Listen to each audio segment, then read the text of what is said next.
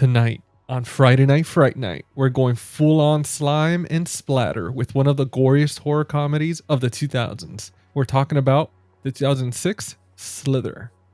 A small town invasion, alien parasites, exploding bodies, and one of the nastiest transformations you'll ever see on screen. Yeah, it's a James Gunn cult classic. It's disgusting, it's hilarious, and we're here to talk all about it. So stay tuned. We're going to play our intro and we'll be right back.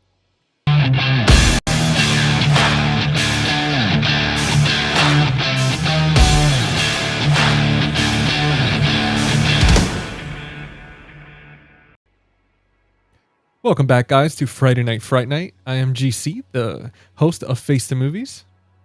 And I'm Lee from Cinema Whiplash. Tonight we're talking about Slither, James Gunn's 2006 horror comedy creature feature.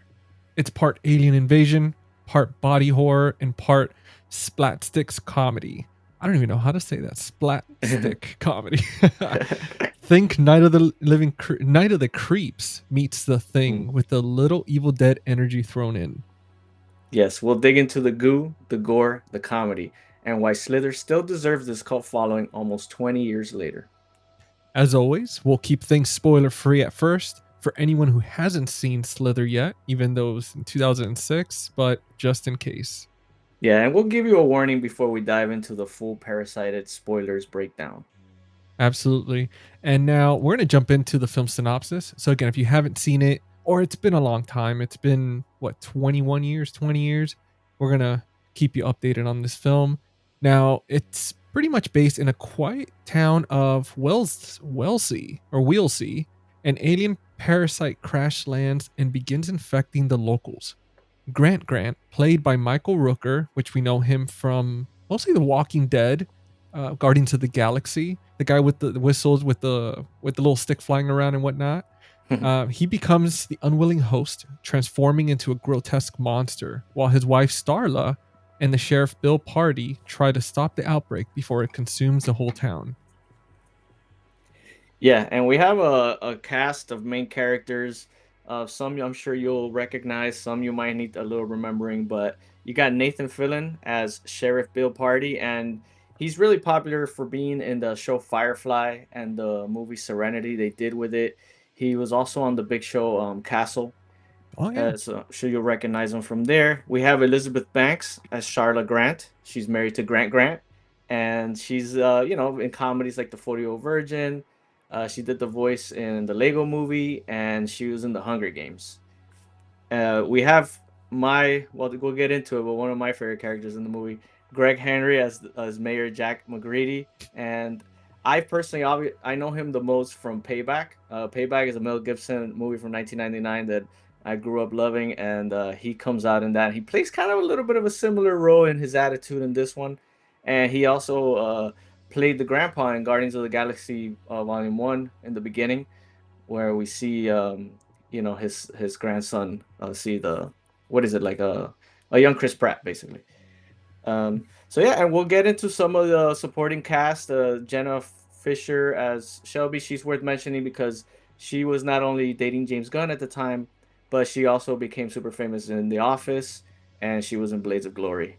I didn't know that. I didn't know they dated. That's pretty cool. Yeah, they were dating at the time, and from what I read was that she wasn't gonna be in the movie, and the role that was her role was gonna be played by a man, and he backed out last minute, so she just filled in, and they just changed the gender, and she did the role.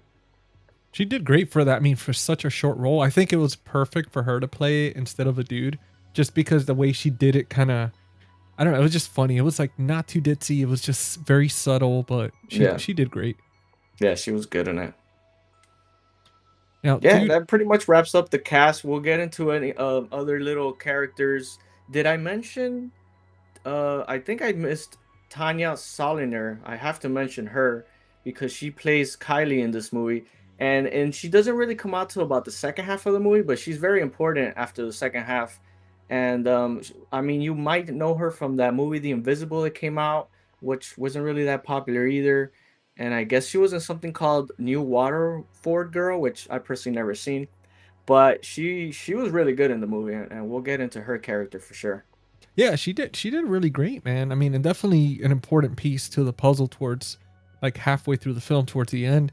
Yeah. The Invisible, is that one where that kid dies but he still kind of talks to her or Yeah, it's like a something? high school movie. It's I forgot Ah, the okay. actor's name. I thought he was gonna blow up, but he never did. He was also in, I think, I don't know if he was in the beginning of the game of the show Shameless for a little bit too. Hmm. And but yeah, he kind of disappeared. But that movie is also, I think it's worth giving it another look for people because it's not too bad. Yeah, The that's really Invisible. the only one. That new Waterford girl, I've never even heard of it. For some Yeah. reason, as I was reading it, I was like, "Is that Waterworld?" I was like, "No, no way." Yeah, she She's was too young for that. Yeah, man. But dude, let's jump into the slime and the nitty gritty a little bit with this one. Um, dude, I want to ask you because for me, this was my first time watching it, which was today, for this episode, and I know this is one that you really enjoy. You recommended for the episode. You were excited for me to check it out. When did you see this movie? Yeah, I appreciate you watching it, and I honestly thought that you had watched it one time, but it was so long ago you didn't remember it. But that could just be my obviously my false memory. I actually didn't know it was going to be your first time, so that's exciting. So I'm definitely looking forward to seeing how you feel about it. And yeah, my first reaction to it, I didn't see this in theaters either. I remember renting it, back in 2006 when this came out. You could still rent movies, in person. Yeah. I think it was like a mom and pop shop I went to or something like that. And I was pleasantly surprised by it. I thought it was a little bit of both, a little over the top here and there, and disgusting fun for sure. Some of these gore effects are incredible. I just love how he just goes all out with it. I mean, I have to. It might be too soon, but I have to shout out the Brenda Blob, because that Brenda Blob, which is, she's it's just so good, man. It's funny because James Gunn described there as just one big boob, and then her face is the nipple, and I didn't even think about that till I heard him say that. But so cool, man. So yeah, how did you feel about this movie? How was the reaction? Because I'm looking forward to seeing how you felt about it. Dude, so I think like when I originally told you, I think I saw it. I may have or parts of it because as I was watching it, certain things seemed familiar, but then I'm thinking, I wonder if it was just because maybe like trailers or like I caught snippets or something on TV. So Yeah, that's one thing that kind of popped in. Obviously, seeing these familiar faces and stuff because I did hear about the movie a lot. I saw the post. I mean, that poster is iconic. With a girl in with Brenda yeah. James. She's in the in no, not Brenda James. I'm sorry. Where what's her name here? Oh, Kylie, Ta Yeah, or just Tanya. the character, yeah, Tanya, well, when she's in the tub and everything, and you have all these things around her, like, that poster was just always iconic. I saw it everywhere throughout the years. And But, homage to dude, Nightmare on Elm Street too, with that scene with the bathtub for yeah. sure. Yeah, Yeah, that's one thing I absolutely loved, and I think watching this movie, like, legit watching it for the first time in 2025, I think it held up well. The comedy was there. Dude, it was so funny. I mean, seeing the familiar faces, Michael Rourke killed it. You have a lot of homages to different franchises, like one you just mentioned, which is, Nightmare on Elm Street, with the tub scene was just perfect. Um, they had an homage to kinda like zombie, like Dawn of the Dead type movies. I felt yeah. that was going on. Invasion of the Body Snatchers. It was just it was a love letter to all these type of movies from James Gunn from what I took. But dude, it was fun. It was fun from beginning to end. I just the that giant boob scene, like I was not expecting that. There wasn't Just anything that I saw that I was like, oh, they could have changed or anything. The one thing is I'm never I'm not squeamish or anything, but whenever it comes to like I guess like animals, like there's dogs in oh yeah, particular, like there's a getting lot. harmed. Yeah, that's one thing where I was like, damn, because I have two dogs. But besides that, I mean, at the end of the day, it is a movie and it's a form of Yeah. art, and you can't like not put things in there, and it wasn't like they showed it happening to the animals or anything. So, No, just to but like dude, maybe one of the cows, I think, in the field. But yeah, I was actually surprised. I have forgotten that because James Gunn is known for being a huge animal lover, yeah. and that doesn't mean that there's anything wrong with him. I was surprised that he put so much of animal deaths and stuff, even though, like you said, they don't really show it. They'll show some aftermath stuff for sure. But yeah, that was surprising for me, watching it this time around. But yeah, like it's just a movie, you know. It's there's no harm to real animals and stuff, Yeah. but it was surprising. But it makes sense for the plot, you know. No, Michael Rooker, Grant is, you know, he's that girl's hungry. He's got to feed her. dude, seriously, man. I mean, she was freaking the size of a building. But you know, one homage that I noticed as well that that he gave for this film was like the animal deaths made sense because it was kind of like I don't know if you remember back in the day, right? In the late 90s, early 2000s, there was the whole chupacabra thing Oh yeah. where it was like sucking the blood off all like the cows and everything. And it reminded me of that because that's how kind of how you see the tentacles feeding from the cows and all that. So it was kind of cool that he threw that in there. I don't know if it was meant to be an homage to that in particular, but it definitely reminded me of it. But dude, Yeah. did you remember seeing this movie in theaters or renting it, or did you like end up seeing it on TV or something? Yeah, yeah. Like I said, I mentioned, I rented it like a mom and pop store. After it came out, I missed this one in theaters. I'm not sure why. It probably just went by. I know the movie wasn't a big hit. You know, it's since become a cult classic, and James Gunn, as we know, has gone on to direct a whole bunch of superhero movies, which is funny because I was looking a little bit at the special features, and I was mentioning to you that James Gunn has like a half an hour, you know, where he's talking about the film, and he said that he wasn't going to direct this movie. He was actually just going to write it and pass it on, and that he wanted his first movie to be his second film. Now I'm blanking on the name. Super.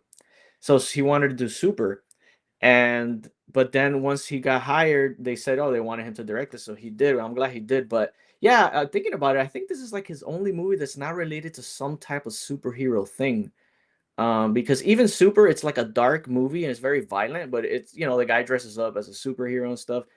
And then, of course, as we know, he's gone on to do Guardians and now Superman and Yeah. Suicide Squad. So yeah, this is like his only movie where it's like full on something different, and I appreciate it because it's a shame too in a way because it would have been fun to see him do a little bit more of horror movies.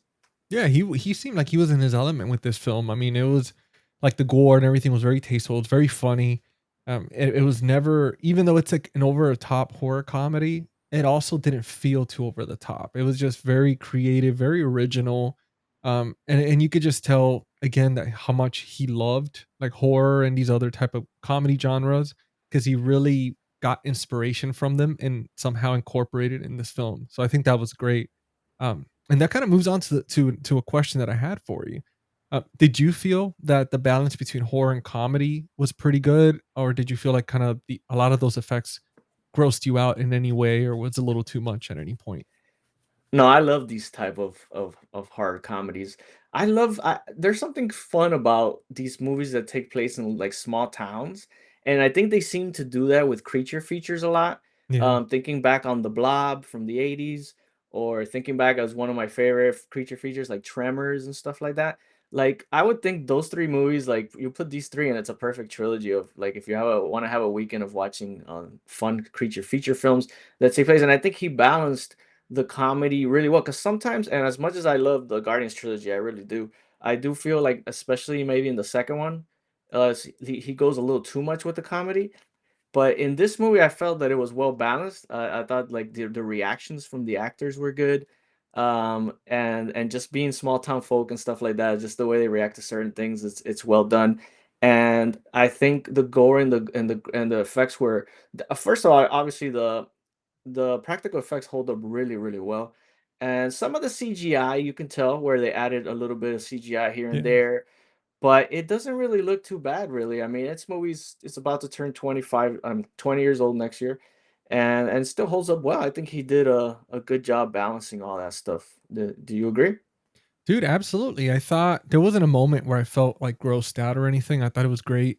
And the CGI, you can tell, like you mentioned, in certain little moments, you could see it's like, okay, this is CGI, but it was impressive the fact that being 2006, using the CGI how they did, and then comparing it to now in 2025, where we have a technology that's far superior than that time, and then Yeah. we don't see a lot of the CGI as good for certain movies now that we did like during this one in particular. Especially, I mean, this movie being balls to the wall. I mean, it's just freaking. everywhere, man. Like, it's just, it definitely once it hits the gas pedal, it does not let off at all. Yeah, it definitely goes for it, and it goes for it in all three. It goes for it with the comedy, the gore, and the horror. Yeah. But yeah, it's just I think it's still all that stuff works really well today. I never saw any of the comedy and think, oh, this is cringy or this is not all of it made me laugh, but I still was good with it. Like, oh, this is it's funny. It makes me smile at least. Yeah, and one thing that he did too that I felt like I was very happy with. So a lot of these type of movies, right, whether horror comedies or horror in general, there's always the exploitation where it's always a bunch of random scenes of naked girls and stuff. Not that I'm complaining, but like there's naked girls everywhere, and sometimes it's just pointless, right? Like there's no need for them to show her like changing before getting butchered or anything like that. And I felt that he did great with this film where there was that scene with the bathtub, but it was very tasteful. It was very important.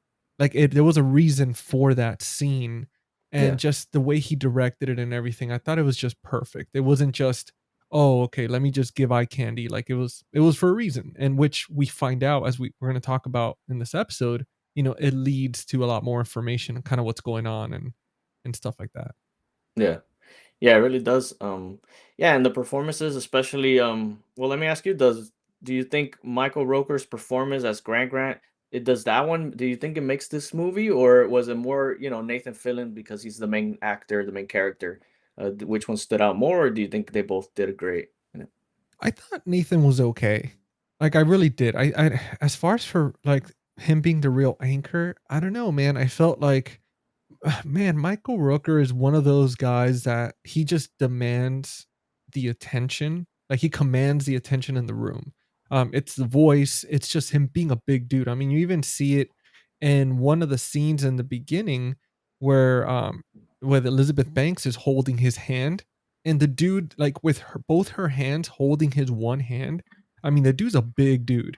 So it's just I don't know, to me, I think he did a phenomenal job. I've never seen him in a role that to me was like, he's okay. Like he's always been an anchor in any role that he's played in, even supporting roles. I mean, Guardians of the Galaxy. Like he does Yeah, such a phenomenal job in that and really makes you feel and stuff like that. But for this movie, he absolutely killed it. Nathan was a little forgettable for me. I feel like anybody could have kind of done his role in this movie. yeah. No, I can see that. I definitely think. Well, and I remembered this from the making back in the day when I first got this Blu-ray, but Michael Rooker like really had to put up with a lot in this movie. As you see the physicality of these practical effects. He said that scene where he's walking and he kills that cow, and when they're all waiting for him, when they finally try to realize how he looks, he's they have these metal bars on his shoulders when he's carrying all this stuff, and supposedly to this day he has back pain for that, which James Gunn's like talks about that. So he really put in a hardcore performance, and I do think he stands out to me. This like he's the standout of the movie for sure, as far as um not only performance, but because all the physicality he had to do with it. Yeah. But as far as just funny, just like a guy that's just like you love, he's like he's not a bad guy, but he's also not a good guy. He's like in between. I have to give it to the what's his name, the what's the not the sheriff, the what's this guy's name, the blonde guy, The the blonde guy. yeah, Uh the man. I can't believe I blanked out so badly on his name. Anyways, let's go back to that until I figure that out. But yeah, Michael, I think Michael Rooker usually steals every movie he's in. yeah. We know him from, he even did that Henry's serial killer movie back in the day. Yeah, yeah. In The Walking Dead in the beginning when he was there, he really stood out a lot too. So yeah, I think he definitely says. I think Nathan Fillion is a good actor for what he does. I thought he was good in the movie, but like you said, he didn't really stand out as much as Michael. And who I was talking about was the Mayor Jack McGreedy. Oh my god. Yeah, He that he he was amazing. yeah, He he steals it for me. He's just so funny. I mean, we even get the introduction of him just beeping at some guy, "Get the fuck out of the road!" And then he looks to the side, and then we realize he's the mayor because a woman's like, "Hey, mayor, how are you?" And she's there with a little kid, and he's like, "Oh, okay, how you doing?" and he's Dude, just funny throughout. that the mayor is iconic, man. I think between him, he was definitely my first favorite, and Michael Rooker was my second. And the reason why is because those catchphrases that the mayor had, I had to Yeah. write one down because I just thought it was amazing. Where he's like, "Have you guys seen shit like that?" He's like, "I haven't, and I watch Animal Planet all the fucking time." Oh yeah. And dude, when he said that, I mean, obviously, I didn't deliver it like he did, but when he said that, or when he's talking about suing the government, where he's like, "Oh, this is the government, I'm gonna sue them," and then he tells the woman sheriff, he's like, "Oh," he's like, "You could sue them next to me, but Hey, I don't care that you're a lesbian. he's You like, can I don't still care, you're sue him lesbian, with you don't me. deserve this shit." Yeah. And it's just, dude. Oh, and And he then flips out about the soda not being the in the soda, yeah, in cooler. the car. I love that. He's like, I've gone through all this stuff and I don't get my pip soda. That's all I want. Dude, And he's just man, he's the best, dude. He's so funny. dude, he killed it, man. But yeah, I wanna circle back to Michael, right? Michael Rooker, because it makes sense why James Gunn and uses Nathan and Michael in his other movies, because these guys were hard workers. I mean, Nathan, for me, I think towards the end, the last 30-35 minutes, he was memorable. He was very funny. But the rest of it, it was Kind of okay. basic. Kind of Kind a of very, basic very character. basic character. Yeah, very kind of felt behind. You could tell he was part of the main cast, but he was also under the radar until shit starts really hitting the fan. And then he kind of starts waking up and he's telling them cover your mouths and all that stuff, so they don't get taken over. But I mean, dude, finding out that Michael till this day still kind of has a back problem from that, you could tell his dedication as an actor to endure that for, I'm sure, for hours. I'm sure it was hot as shit when they were doing that. I mean, they were out in Yeah. these fields and all that. You know how the humidity is, and did a Hmm. fantastic job overall. To me, just 10 out of 10. Could have not done any better than what he did. Yeah, no, I agree, and it shows you, like you said, like he has this relationship, James Gunn, with some of these actors, and Yeah. that he's had friendships with them, and he puts them in stuff. Even the mayor just putting them in the first Guardians, and you know, it's funny because Elizabeth Banks is an actress that he says in a documentary that's one of his best friends till today, but that one's weird that he never really puts her in much of his stuff anymore. But at the same time, maybe she's busy with her own thing and they just, you know, they have a friendship, they just don't work together. But he does say that he's still very good friends with her too. So it seems like a guy that he gets along with these actors, and if you work hard for him, he has your back and he'll put you in other stuff too. So that's I'm, cool. I mean, dude, look at Nathan. He was in the latest Superman movie, so he plays Yeah. one of the bad guys in it. And I mean, like you said, he always takes care of his own. With Elizabeth, I wonder, because I know that she transitioned to more like obviously the 40-year-old virgin type comedies. Zach and Miri make a porno. Like, she was always doing those Yeah. goofy roles, and I wonder if maybe being in this type of film, it was a lot to deal with, as far as for, because I know she didn't have prosthetics or anything, but Mm-mm. there's a lot that goes into these type of movies. And I've noticed with her, she's kind of kept it simple in her filmography, except when she did Power Rangers. I think that's the only one that I Oh could yeah, think of where she wears a prosthetic and all that stuff. Um, well, she went on to direct too, so she, you know, I'm sure she has her own career, and that's not saying that she still can't work with James Gunn, but I think a lot of these guys, you know, they're just acting, and she, you know, if she's directing and everything else too, you know, she's yeah. probably a little busier. But like I said, yeah, it seems like they have a good friendship anyways, so you know that shows that you know he gets along well with everybody. Oh, absolutely, man. But dude, I want to talk about the kind of the comparing Slither with 80s body horror, right? You have movies like The Thing, you have Night of the Creeps. I will admit, I've never seen Night of the Creeps. I've always wanted to check it out, never seen it. Okay, So it's kind of one of those shame on me type moments, but I do plan on watching it. I know it's very popular, but I have yeah. seen the original Thing, and then I've seen the prequel that came out. Uh, Dude, what do you think when it comes to body horror? Do you think this movie compares to some of the greats, or was it like, it was okay?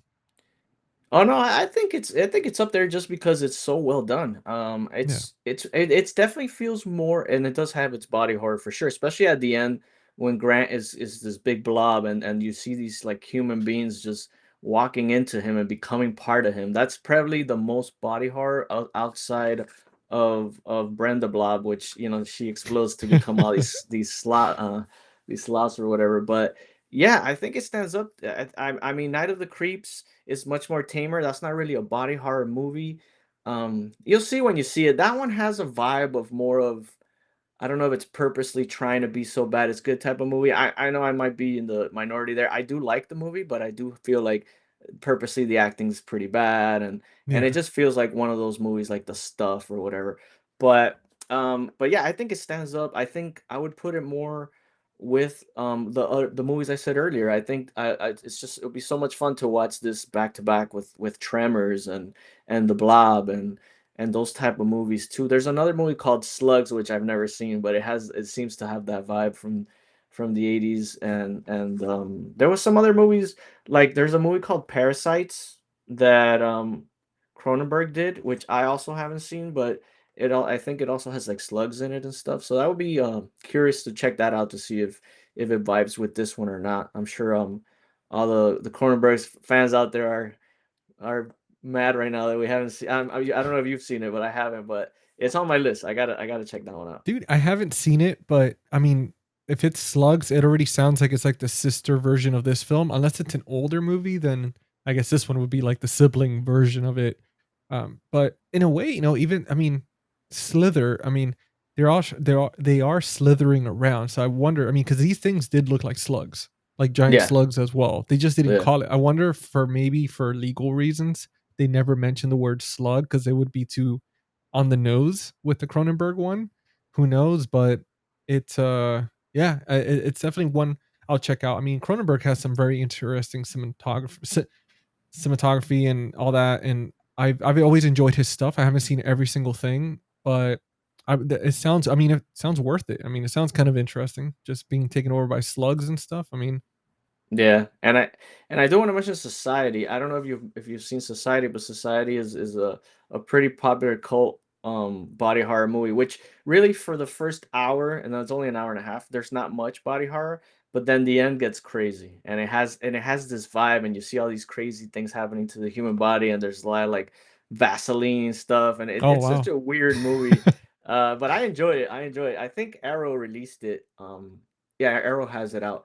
But yeah, if you haven't seen it, just to give it a little creature, it's not a creature feature, but it is a body horror movie. So I recommend that one if you want to check more of these type of movies out. dude, I've heard of Society, and like I've definitely heard of it. Especially in the last few months, and that's been one on the list that I've been meaning to check out. I mean, I'm in this film journey right now that we've talked about, where I'm watching things a bit older. Trying to get more educated with Italian horror, giallos, and stuff like that. Trying to learn a little bit. Yeah, Because I've always been a lot of used to a lot of the mainstream stuff, and kind of revisiting these gems that I've never even heard of. It's been amazing, dude. It's really opened up my eyes when it comes to filmmaking, especially for one of the countries and stuff like that. But yeah, so so obviously this movie does hold up. I know for me, like compared to like movies like The Thing and these type of body horror from back in the day, I feel like it holds up pretty well. For 80s, 90s, early 2000s, mid 2000s. Now we've noticed a resurgence this year and last year with body horror. Um, yeah, so one thing that I've noticed is that people, I guess, with the slasher genres and the serial killer genres, people have kind of started getting a little either bored with it or it hasn't been enough. Like they've been too desensitized. So that's why I've noticed that the body horror started coming back, where it's a little bit more intense. You have The Substance, which is freaking awesome, very yeah, awesome movie.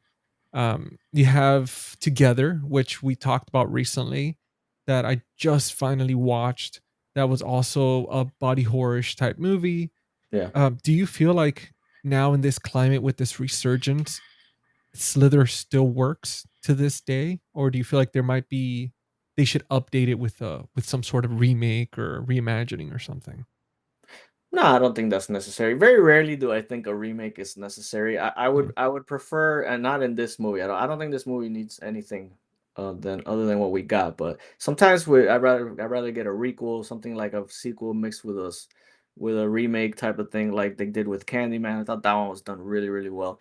Yeah. But with this one, no, I think it holds up really well. I mean, I don't really know what you can do to it to make it better, other than I do feel like this movie, the cinematography is a little off sometimes. I do feel like the first 30 minutes, there's a lot of fades to black that could have just been cuts instead of fades to black. I didn't understand why he did that so much.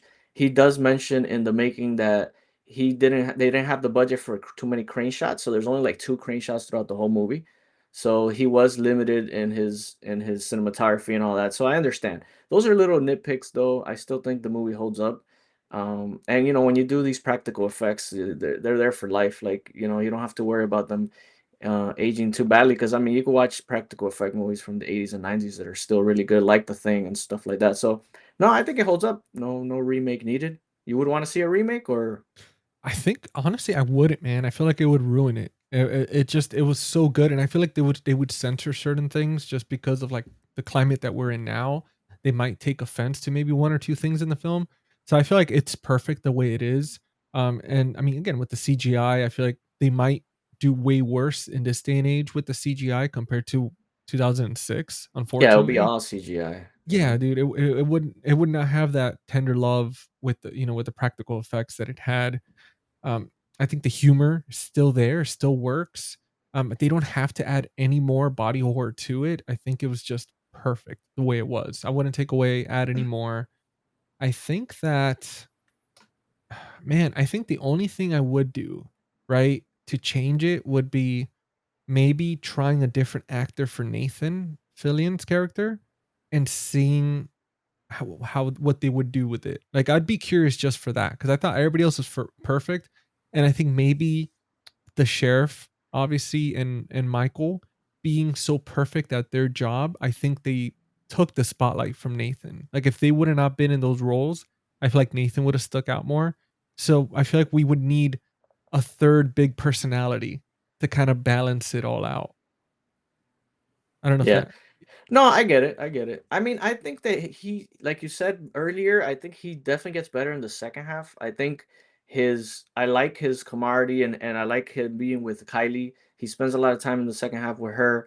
She saves him from a deer like attacking him, and then later on he's like, "Hey, when I tell that story, I'm gonna say that I saved you." And he gets his little liners. I think the little bit of relationship he has with the other sheriff that ends up getting the slug in his mouth. Was not too bad. I kind of would keep it the same, and I know where you're coming from, but I think if you have someone that stands out even more, maybe I don't know. I just like the fact that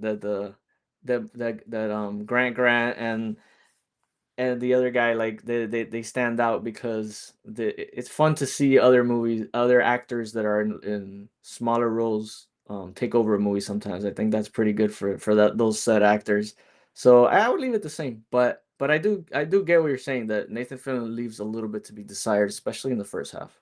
Yeah, because he's supposed to be like the main hero, and we're kind of used to the hero always standing out, and it was always like the mayor, like with the. I mean, obviously the mayor, we needed that comedic relief because of how crazy this freaking movie is, like with all the gross shit happening.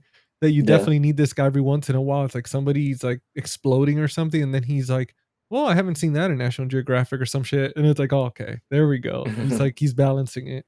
I Yeah. did, I did want to circle back real quick on like editing and like the effects and stuff because I did notice when you mentioned that with the fade to black that in the beginning in particular where Nathan is in the squat car and it's nighttime and his partner is kind of just he's he's he's using the speed gun to see how fast the bird was flying and Yeah. Nathan's sleeping. I feel like that scene the camera was very shaky.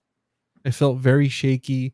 And there was times that I was thinking, I was like, did I download some 4K version or something? Like, is there a 4K version? Because you know how 4K is sometimes. It's like it feels like the movements feel kind of crazy with certain movies. And that's what I was thinking. I was like, man, this movie's like it looks very sharp. Like very sharp. And I was watching it on a 1080p TV. So I wasn't watching it on a 4K TV. I wasn't using anything special and I was just like blown away by it. But then I did notice the shakiness and I was kind of thinking, I was like, throughout the film, there was certain little things like that, like you mentioned. But again, I mean, being early 2000s, I mean, I honestly rather have a solid story, practical effects and good comedic timing than just a little shaky camera here and there. Yeah, no, it's very small things. Like I just thought that for me, like I said, it fade to black too many times in the beginning, and sometimes that gives me the TV feels. Back Yeah. in the day, they would fade to black to go to a commercial and things like that. And I think that I don't know why they didn't just go with a regular cut, because most of the movie has it. And I was like, oh, if you fade to black once or twice, that's okay. But they do it like 4 or 5 times, especially in the beginning. And then I noticed in the second half they only did it once. So, I thought that was a little weird, but it didn't bother me enough for me to say, oh, this brings the movie down. But it was definitely something I noticed. So Yeah. yeah, so I mean, I want to get into what I thought was kind of a sweet moment in the movie, kind of like the way that James Gunn didn't really like we realized that Elizabeth Banks' character Starla, like she's been dating this guy Grant since she was young, Yeah. and a lot of people think because she came from a broken home that she marries him for the money. And there is a scene in the beginning where he wants to like have sex for the night, and she kind of turns him down, and it leads to this, right, to him getting that parasite stuck in his chest when he's out with another girl drinking. But I also feel like, in going back to that scene, do you feel like he did a good job kind of showing that even though there was an age difference, and people were probably gonna go with like, oh, this guy's a scumbag, he really doesn't really cheat on her, and until that thing hits him, and then that takes over his personality too.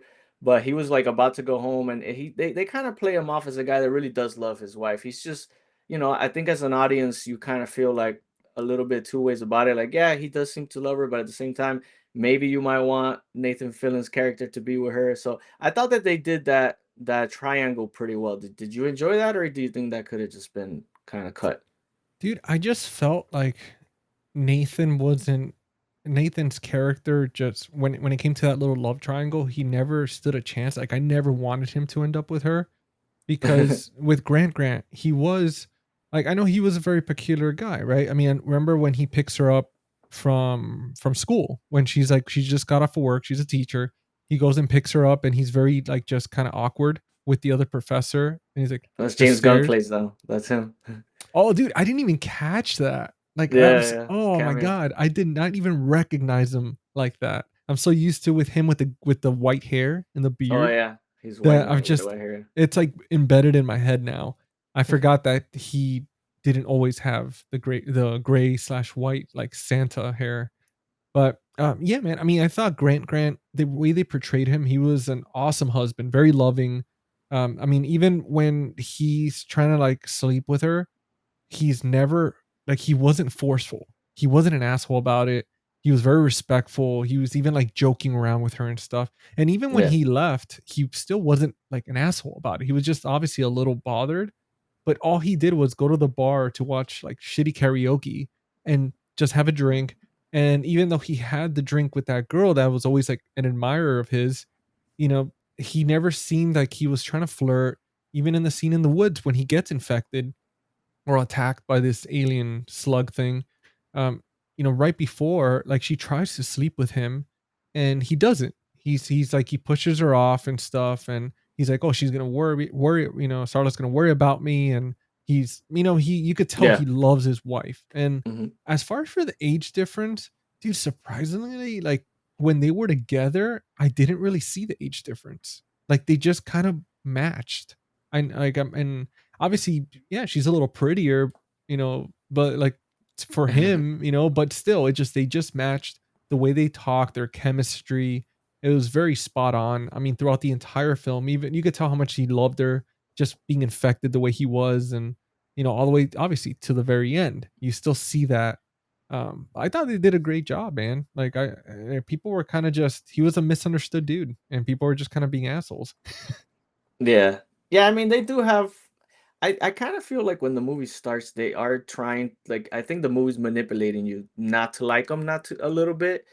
Yeah, Especially with them talking about how, that he was older, and he kind of like tried to pick her up when she was younger and she was going through it. So it almost feels like, because even James Gunn mentions like, oh yeah, but Starla is in love with Bill, which is Nathan Fillion, but she also has a thing that she needed to be with Grant. And I don't know, I saw it as that he, like you said, he did love her, and because he shows it, I mean, hey, come on, they got a Air Supply song together, so that's got to be love. But dude, it has to be. but I do feel like she was conflicted more than he was, right? Yeah. I feel like she was the one that was like, I'm happy to be with him, because I think she wakes up the next day and she feels bad for, turning him down, and she genuinely wants to, be for him to, for them to make love or whatever.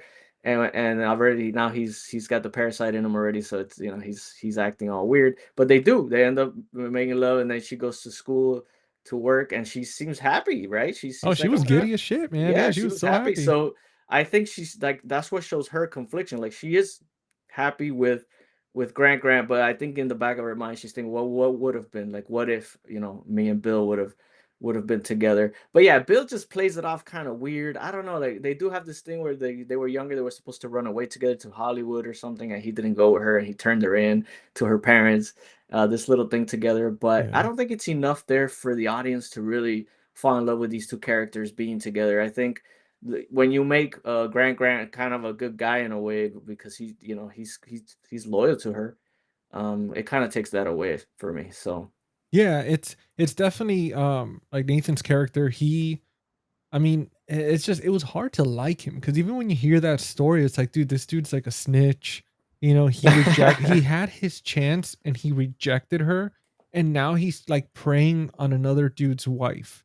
And to me, that was just annoying. Even when you see it during that when the mayor's announcing like hunting season and everybody's gathered at the bar and he's like trying to dance with her, and you notice her reaction, like you see her face where she's uncomfortable and he's like trying to dance with her and stuff and pull her close, and she's just uncomfortable. She's just not having it, and he's being very weird about it. Because you could tell that she see for me, I took it as she loved Grant's character, but the problem was that they were missing that passion. And when he got infected, and that's when when they hook up, the next day when she goes to school, that's why she's telling her colleague that he was like a yeah, little kid, like exploring her whole body, and I mean, they finally kind of got that spark, and and then he starts acting a little more like fun, like when he tells her when she asks about the locked door, and he's like, "Oh, your birthday's coming up," and he's just being more fun than like how he kind of was before, and I think that's what was missing. And then obviously, that scene with Nathan's character trying to dance with her, and she's just uncomfortable. She's like, kind of like, "Dude, I'm happy with my guy. Like things are getting better and stuff. Like, kind of like, what are you doing? You had your chance. Like, yeah, fuck off." yeah. I feel like she also has that, but at the same time, in the second half of the movie, once once Grant really becomes this creature, especially when they see him walking down the farm, when they all go to look for him. This is where, we get the awesome scene with Kylie in the bathtub and all that stuff. But in that scene where she finally sees him like that, I think that's when she's just like, oh, I have respect for my husband, and till death do us part. But at the same time, I think that's when she finally feels free to be like, okay, this is over, and I am gonna give Billy a chance, because their relationship, they do get a little closer, and she doesn't seem to be, standoffish about his advances anymore. I don't know if you remember, there's a scene where he gets hurt, and she's like, I think she even kisses him in the mouth or something, and she's cleaning him up. That's probably towards the end, Yeah. but it does seem like she gives into that. I feel like maybe in the writing, I think James Gunn a little bit could have kind of balanced that out a little bit, make Billy or Bill, whatever, a little bit more likable in the beginning, and like all these things that you notice too about him being a little cringy. He could have made him more likable, where the audience would have been, okay, I can kind of see why he missed his opportunity, but in life he kind of feels like, oh, if this doesn't work out, I want to be there. I want to be there because I love this woman. But he doesn't come off as that too much, especially in the first half. And talking about like love triangles, because one thing, I don't know if maybe I read too much into it or it was a moment or something that happened, but with Kylie, there's a moment where I think it was either before she almost got attacked by the deer or afterwards, but they're talking and she's telling Bill, like Nathan's character, about him still being in love with her, and not with Yeah. her in particular, with Starla. And like, what did you think about that? Do you think that that Kylie was in love with Bill, or it was just one of those observations that she made? No, I think I got that too. I got like a little vibe where I don't know about love, but I do feel like They Kylie has a hooked little up. bit of a crush on him. Yeah. She has a crush on him, and she's like, "Oh, you really like her, huh?" And he's like, he doesn't really answer, because she could tell that he does. So I think it does kind of lead that a little bit, but it doesn't really go anywhere else from there. But yeah, that little scene definitely felt like she has a crush on Bill. Yeah. Dude, I wanted to bring up something because I was going through my notes and one because we were talking about the thing earlier, and it's something that just remembered. So the mayor, right? They named him Jack McReady, and that's referencing to Kurt Russell's character, R.J. McReady from The Thing. Oh, And that's right, man. dude, I'm telling you, like it's so crazy how James Gunn incorporated so many of these things into this film, and I don't know. I wanted to bring that. I know it was a little bit side topic compared to the menage, I guess triangle Yeah, instead of love menage. triangle.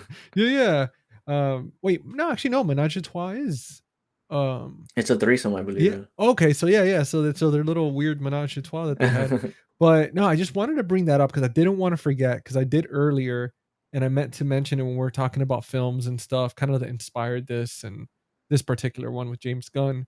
Now, dude, man, besides obviously the love triangle and everything else, did you feel like there was any characters in this film or any particular moment that didn't kind of have to be in there that was a little too dragged on, or anybody that didn't like that got too much screen time that didn't really need it? No, no, I actually would have liked a little more from the mayor. I mean, I think that Yeah, it's good that we get him in the little bit that we do because they really appreciate those moments. And he does come out a lot. I mean, even at the end where he becomes one of those things and he's like, just shoot me. He doesn't even, he's just like, boom, he shoots him like nothing. I'm like, ah, come on, give him a little love, man. He's like, yeah, I don't like this guy anyways. no, Um, no but hesitation at all, man. He was just like, I found that funny, and I feel bad for the mayor, man. I really wish he would have made it to the very end because that dude was just, yeah, dude. He was one of those iconic characters that's it's hard to hate him. Like you like it really is because even though he's an asshole, he's just still there. He's still with them. He's still trying to figure shit out, trying to help. And he was just so funny, dude. Like so damn funny. Like I wish there was more characters like him in these type of movies. Like at least as exaggerated like he was. Cause dude, it's just yeah. such a blast. Yeah, he's one of those like on PC guys that you like to have around because they don't really mean it in a mean spirit. They're just kind of funny and yeah, they're a little bit assholey, but sometimes you gotta have a couple of those. But no, I think that I would have liked a little more of him if anything, but I think that the movie is well balanced and I always look at movies, I try to see when it ends because yeah, the running time is 95 minutes, but I think it ends like an hour 28. So I mean it's Yeah. pretty short. You get through it pretty fast. It's entertaining. So I think other than those fade to blacks, it was pretty well paced. So I wouldn't change it. I wouldn't make it shorter or cut any characters. Yeah, no, I agree. I thought it was. I feel like if they would have added any more, it would have kind of made it too long, too boring. I thought the comedy was just right. The gore was just right. Even the whole love triangle situation. I thought that it wasn't too, because you know how it is with some of these movies. When it comes to to like the whole love interests and stuff, sometimes it focuses a little too much, and it Yeah, makes it more about like a love movie. And even though it kind of is, at the same time, it's like, you know, as we see Starlight at the end, kind of just stab him, stab Grant in the head a bunch of times. It's and you uh, never fully ends that way where it's like they kiss, and they're like off on a white horse in the sunset or something. It's just like, oh, all right, let's get the hell out of here. And everybody was dead. Like there were oh yeah. the only three people walking off is them, which is just absolutely nuts, dude, to Oh survive yeah. that. Well, and I do appreciate what the movie does is sometimes they'll throw things in movies that you see and you're like, okay, that's gonna come back later because that was shown because they're gonna use that later. It could be an object or something. And the grenade thing I thought was pretty funny. They show a grenade that the cops have, and they're like, should we take it when they go on the stakeout? And they're like, no, no, we're not gonna take it. So later on in the movie, he goes to get it to blow up Grant, and I just love that he totally misses and the grenade just falls to the side, and then they're looking for it and he gets thrown out and he just falls in the pool and does this little explosion that's not even that big. And so I thought that was funny. I really appreciated that because like, oh, okay, I didn't see that coming. And luckily there was the gas thing out there and it worked out. But I enjoyed that scene at the end. That was pretty funny. Dude, that was so stupid, man, because like that damn grenade. I kept thinking to myself, I was like, was this on purpose to make fun of like action movies? when it takes forever, because I mean grenades don't take that long. And I was like, Yeah. I honestly thought, right? Like the whole time I thought that Kylie was gonna blow up. Like she was gonna go grab it behind the table and blow up or something. That's what I was waiting for, just because of how long it took for them to react. And it was just so comedic. But talking about coming, right? There was a particular scene at the end that was absolutely hilarious where Nathan is laying there right at the end, and he has one of the tentacles in his stomach, and then Kylie tells him, "Oh, you need two in there in order to like Oh to yeah. get impregnated." And he's like, "Oh, that's a relief." And then you just see all like the splooge White just, stuff. yeah, just coming out of his stomach. And he I forgot what he said. It was funny as hell though, his reaction. He's like, "Oh, I think he said," he's like, "Oh, that's good to know," or something like that. And it's just so damn funny, dude. It's like poor guy got violated. I mean, it was just what a disaster, man. Now, Yeah. do you think that you have wanted a sequel for this movie, or do you think that the, because I mean obviously the ending afterwards when we see the cat with that brain and then you hear the sound of it getting kind of infected, do you think that was a good ending and leaving it at that, leaving it to the imagination, or would you have wanted to see that sequel? Yeah, I mean, I think unless because we only have 3 characters left, and to really do a sequel with these 3 characters, I think we lost some of the really great characters in the movie, so, nah, I think leave it as it is. Yeah. I mean, obviously, I'm pretty sure we'll never get a sequel of this movie. I know financially it didn't do well, and it has a cult following now, luckily, but I no, I think it's leave it as is. I don't see the necessity. Sometimes movies do little things like that, and I think they don't even do it with the intention of a sequel. They just do it for fun and stuff. Yeah. It's not like Mario Brothers movie where they end it with like the girl coming. It's like, oh, they wanted a sequel real bad and it didn't work out. This is just like a fun little thing. So no, I think we're good. You'd like to see a sequel or a prequel or something? Man, I would have at the time, I would have, it would have been kind of cool to have a sequel just because I mean, even though the box office completely flopped, they did get critical praise. Like the movie got critical praise. I mean, the CGI was very well done. It was layered like over a lot of the practical effects. It wasn't just heavy reliant on CGI like it is now. Yeah. So it I feel like it would have been pretty cool, you know, to have them kind of come back because obviously they're walking off, you know, to go get help, and you see, I mean, you don't see anybody else, you know, that survived. So it would have been cool to see kind of like the government show up. Obviously, you see the cat get infected. I mean, you don't see it, but you hear kind of, you presume that the cat got infected and it kind of starts spreading. So it would have been cool to have them.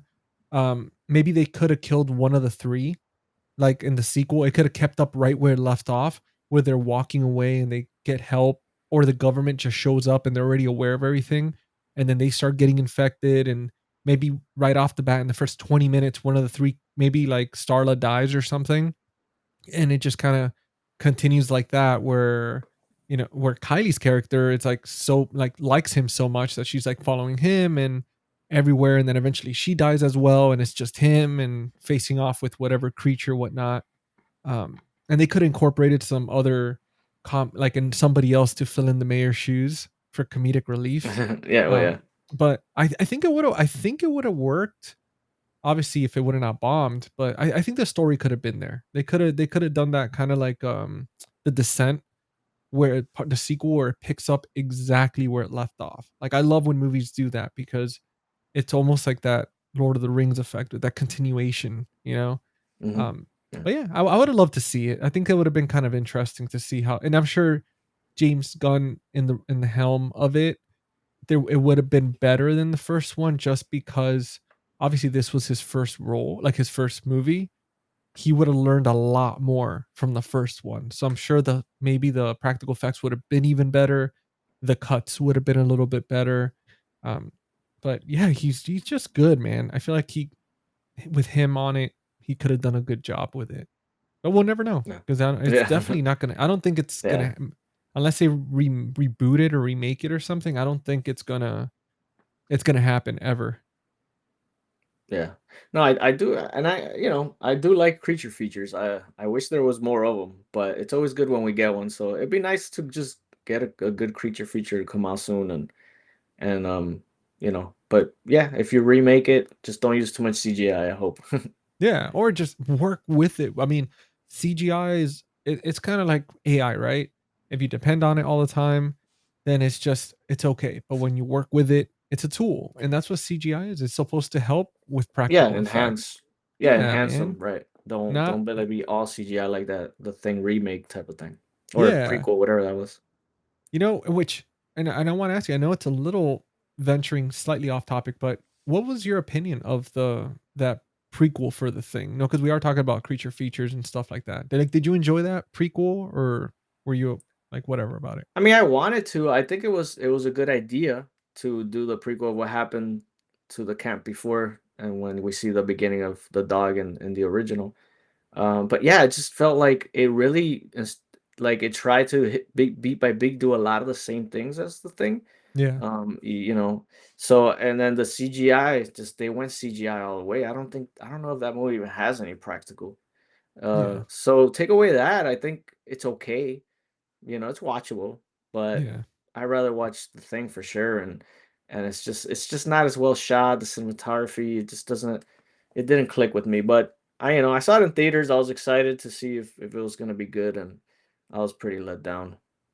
Man, it goes to show how even movies from the 80s, 90s, early 2000s with the tech that they had, it just goes to show how just practicality just really makes a film, right? I mean, you have all these big budget movies now with like all this unlimited resources with tech and stuff, and they just cannot replicate what some of these older classics like The Thing. I mean, it's such a good movie, like the effects that they had for it and everything. I mean, the acting, it's just you feel isolated, you feel cold, you feel hunted compared to something new, right? Like it's just it's I don't know. I feel like it's not the same anymore like it used to be. And it's and I just and with that saying that, I want to bring that back to Slither, where I don't know, like it's that movie. I would love to see a 4K for it. I would love to see what they could do with it because I know those practical effects. I know they're gonna shine really nice in 4K. I mean, especially the movie a lot of times be like set in dark settings and stuff like that. I think would be really good to have that. But would you want a 4K for this one, or are you just kind of happy? Because I know you have the Shout Factory Blu-ray. Yeah, yeah. I got for those of you that are Oh, hold on, let watching. me blow up the screen here, dude, with the slip and everything, man. Yeah, no, I'm happy with this one. I don't. I mean, yeah, it'll probably for sure look a little better in 4K. But I'm happy with this one. I think if you don't own it and you really like it, then just wait for the 4K because I'm sure Shout's gonna get it soon. But I'm good with it.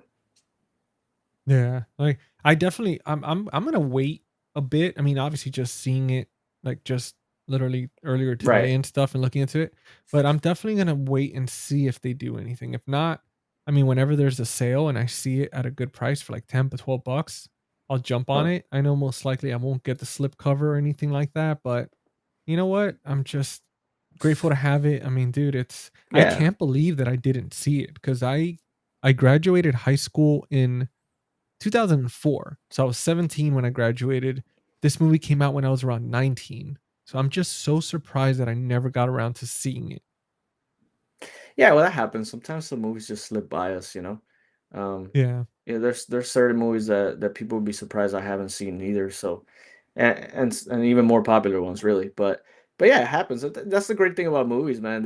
You can always watch them at any time. You could watch it 20 years later for the first time and fall in love with it, and you could become a big fan of it and watch it yearly, and that happens. Like even like Night of the Creeps. That I don't love it, but that's a movie that, like you said, you haven't seen it, but I only saw it for the first time but during the pandemic, like 5 years ago. So it's not like a movie that I grew up with or anything like that. So yeah, it's always there's always time to watch them. There's so many movies to watch. It's there's always time to catch up and it's always fun to catch up and grab one that you're like wow, this is a classic. I love it too, and you become a big fan of it. Yeah, it definitely is, man, cuz it's hard to with some of these older movies to kind of keep up with them just because there was such a surgence of horror movies in the 80s and like 90s. it was a lot. So I mean, you only Yeah. had time, especially us being young. You only have so many resources, and with the tech that we grew up with, right? You know, it wasn't like you could watch things and stream them now. You could literally watch all these movies within a week. Like you could watch 10, 15 of these movies in a week. But back then it was just having money to go get the VHS, you know, waiting months on end, a year for it to be released. Not like now where you could pre-order the movie like 2 days before it's in theaters. Like it's Yeah. insane how fast we've moved with tech. Yeah. But it's awesome to be able to kind of rediscover some of these old classics that, you know, especially again, like I mean, I'm glad you brought this one up, man. It was so much fun to watch, and it just I felt like it was, you know, we've the last 2 episodes with this one and the, you know, Idle Hand.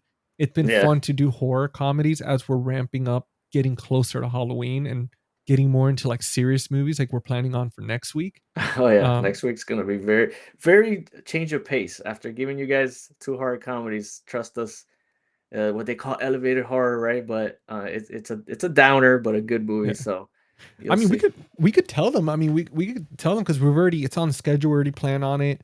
Yeah, I mean, for you guys listening, watching, we're planning on doing Hereditary, and I mean, I know that's a big popular one in the horror community. It's a lot. It's for a lot of people. That's one of their favorites out yeah, there. So it's well worth to kind of start. You know, as we're getting into the end of September, it's well worth revisiting that one. I mean, it's only a few years old, but I mean, we could all agree that movie is creepy as hell, and it's gonna be fun to go from fun and lighthearted horror comedy yeah, to straight up like, man, that left me there thinking about it for quite a while.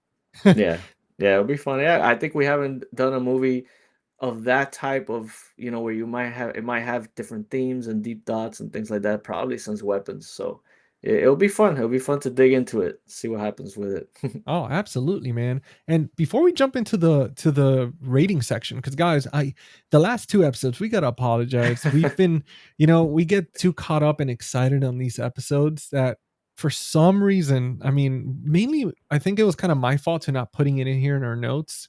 We try to come in here prepared. We have our notes or our little scripts for certain things, but we always forgot at to when we got to the end to do the actual rating. Yeah, So we with did. this one, we're gonna change that pace.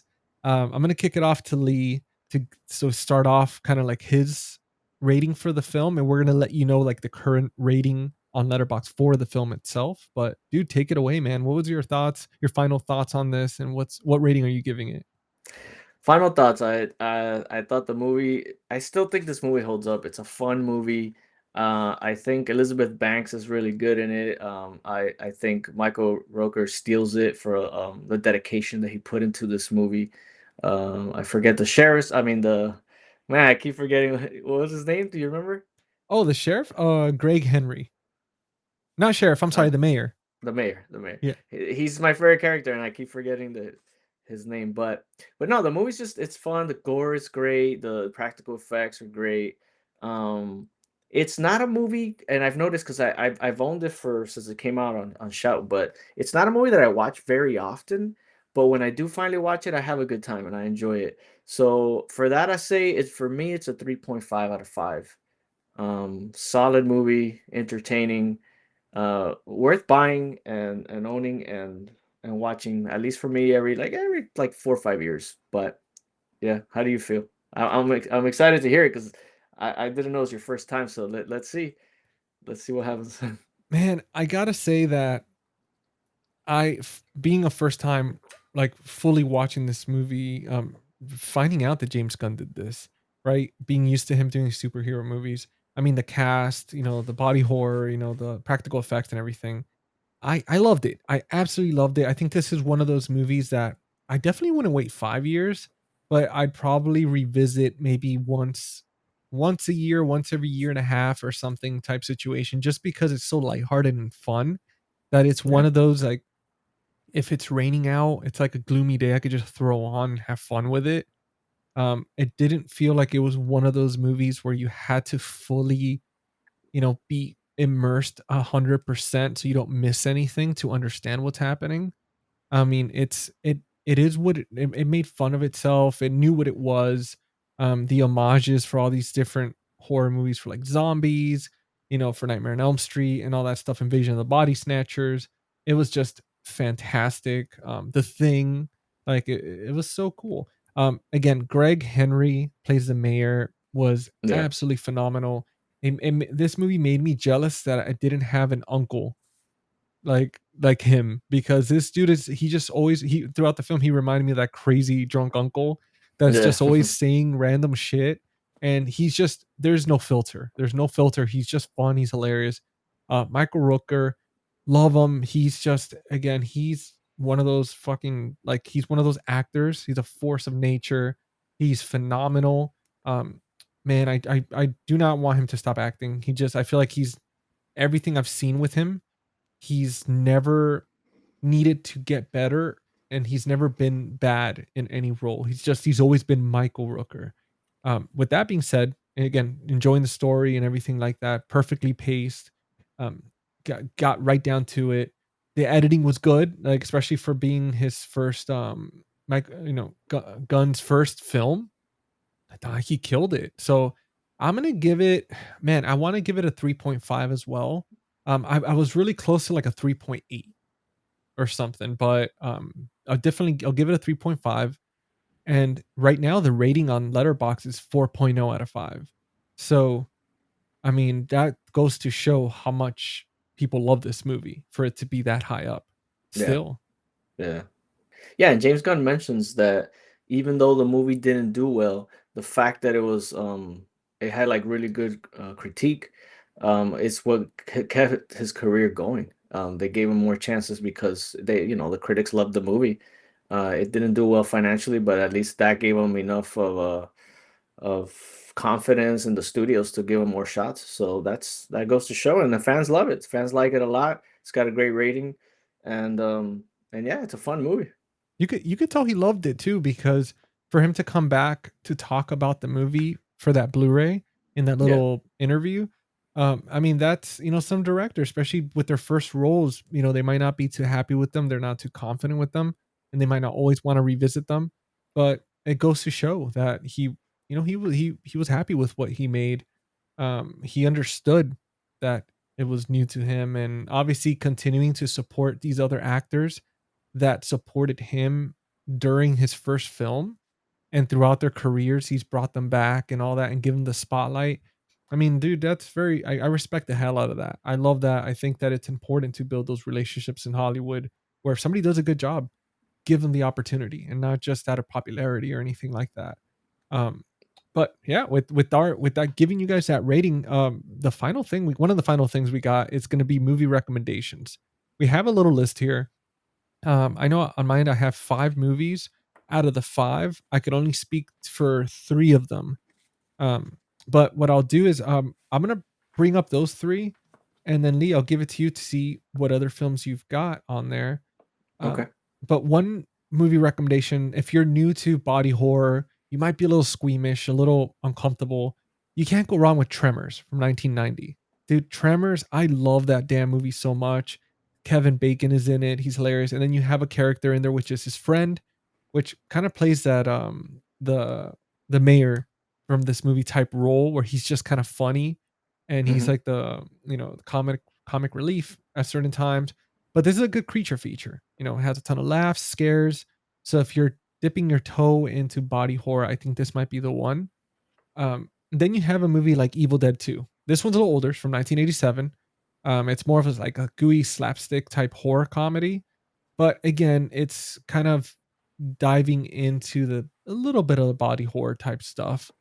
And then if you really want to start ramping it up, you cannot go wrong with an even older classic, The Thing from 1982. I mean, this is body horror at its peak.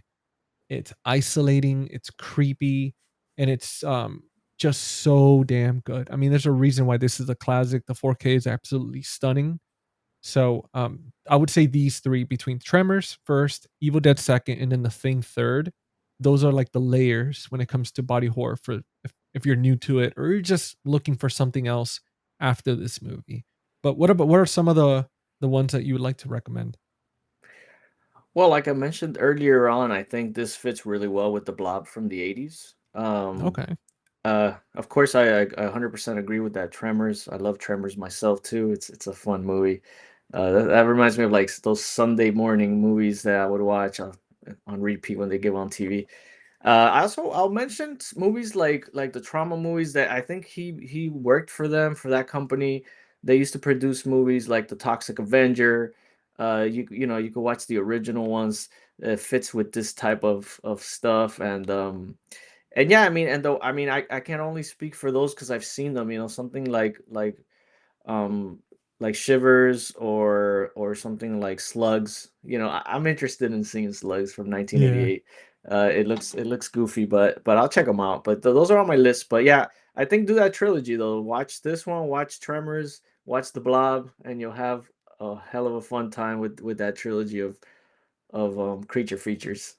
I think that's perfect, dude. I mean, between this, Tremors, The Blob, and then to like, if you want to really make it serious and then jump into like The Thing, or do Yeah. The Thing first and then kind of like start like weighing your way out of it with like more of the comic relief type films, I think it's perfect. And then you finish strong with like Tremors since it's not as gory or anything like that compared to these. So you kind of finish off the night with just that one where it's like some monsters and stuff, but nothing too where it's gonna kind of gross you out. Yeah, if Um, you got kids, you could finish. You could start the first two with your wife, and then watch the other one, Tremors, with your kids, because that one's it's pretty lighthearted.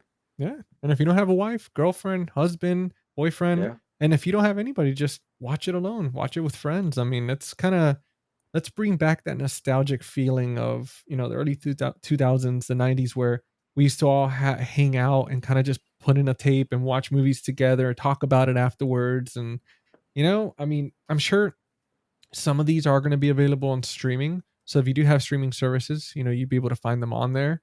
But if not, if you are a physical media collector and you're watching this episode, you're listening to it, we're going to jump into our quick little segue to our sponsors. Segue, uh, but yeah, this episode is brought to you by Valoria Video. Massive supporters, amazing people. Tony over there in Valoria Video is such an awesome dude. He just actually started a YouTube channel, so go ahead and subscribe to him. Check out Valoria Video on YouTube, on Instagram, and whether you're in the '80s body horror or 2000s cult splatter classics, I mean they've got everything for the most part. Great prices, and if you, for our listeners or anybody watching this episode, you can use our code Face the Movies 10 for 10% off your next purchase. You'd be supporting physical media, supporting a small business, and most of all, supporting us. I mean, that's kind of what helps keep these episodes going. Some of the proceeds will go to making the episodes better, whether either it's equipment, editing software, I mean, you name it, help with research. And, we have to obtain one of these movies and buy them. But either way, guys, you're not forced to use it. So if you don't use it, it's okay. Keep the code in your back pocket. But if you do decide to use it, you have that there. And for anybody watching, I have that the link on the screen. So just remember, Face the Movies 10% off. Go show them some love. Let's support small business. Now, I think that's it. That's it for our little slime-filled look at Slither.